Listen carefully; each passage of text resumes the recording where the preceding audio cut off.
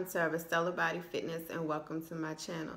Today I want to talk to you just a little bit about my journey, how I began my whole fitness journey and up till now.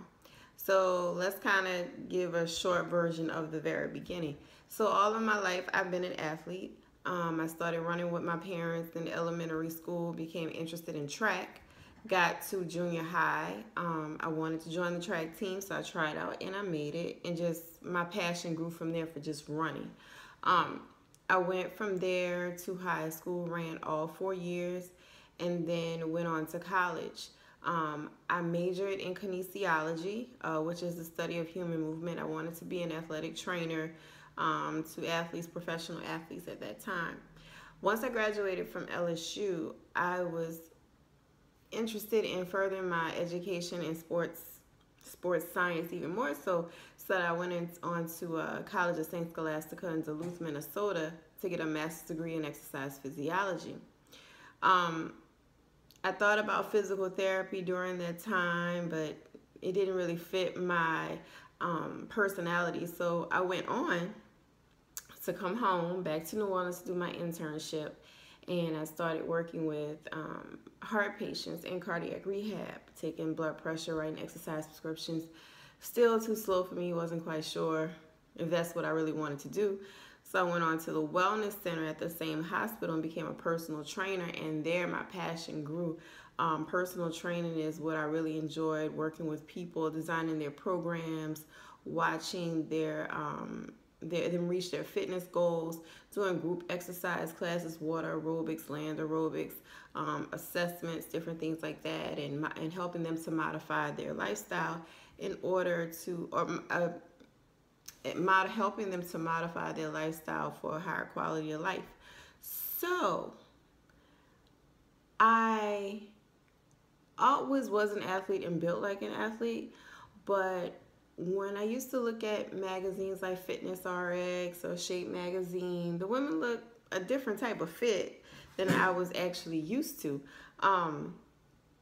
They had muscles, and I had had muscles since maybe my senior year in college, and then it just kind of disappeared when I got to grad school, and I didn't quite know how to get that back because I was doing everything that I did in track, but then again I was eating everything I wanted to at the same time. So it wasn't quite balancing out. My body was changing. I was 25 at that time. My body wasn't reacting the way it needed to. So I kept looking at those girls in the magazines, and I said, I'm going to get like them. I just want to look like they look. You know, the fitness girls, figure girls, bikini girls, just really athletic. That was my desire. So I started with calorie diets, just counting calories, and also using diet pills and different things like that, going to extreme diets to try to get my body down, and it still didn't look like what I wanted to look like. And I showed my younger brother, Scott, the actual look in the magazine. I was like, do you think I could get like this? And he was like, yeah, probably. So, you know, if you really try, or you got to do a lot of research. I'm not quite sure what he said, but P90X came out not too long after we had that conversation. I was like, I'm going to get that P90X, and I'll follow the meal plan, and it's going to get me to where I need to be, all ripped in the arms, and I wanted shoulders and different things like that. So I got the P90X, and I worked hard. I did it outside sometimes, and my body did change, but it still wasn't what I wanted it to be or where I wanted it to be. So then after that, I kind of put the P90X to the side, and I'm really, really competitive by nature, and powerlifting piqued my fancy. I became interested in that. I was real strong already, and so I started working with my friend Julian. At the time, he was a competitive powerlifter and coaching, and we got into that, and I competed for USAPL, weightlifting organization, and then I tried another organization called APF, where I held the record at the time for the 140 weight class, for the deadlift, the bench press, and for the squat. My first experience wasn't that good. I got disqualified for, I think it was the depth on the squat, but I continued anyway. It was my first competition. But the one thing that I noticed about my body at that time is that it was getting massive. At that time was the time I realized that my body was really muscular and it really liked muscularity. But at the same time, I wasn't eating the way I needed to. I was eating like a power lifter. Like after we work out, I was just kind of eating just for strength and not so much just come down. And I wasn't liking the way that I was looking. I didn't like the way I looked.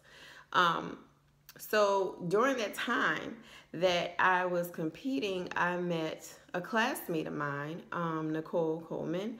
I had seen her in a magazine when she was called an IFBB Pro, which is the pro status that you reach. So it's NPC, amateur, and as an NPC amateur figure competitor or bikini competitor or women's bodybuilder, your goal is, or at least for some, is to become an IFBB Pro.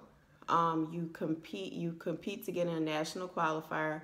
You go to the national qualifier, and depending on what show it is, depends on what place you are as to whether you become an IFBB Pro or not. And after that, those are the people that go to the Olympia and compete. It's like the best in the world. Or you do different pro shows. You can compete for money. Amateurs can't compete for money. So anyway,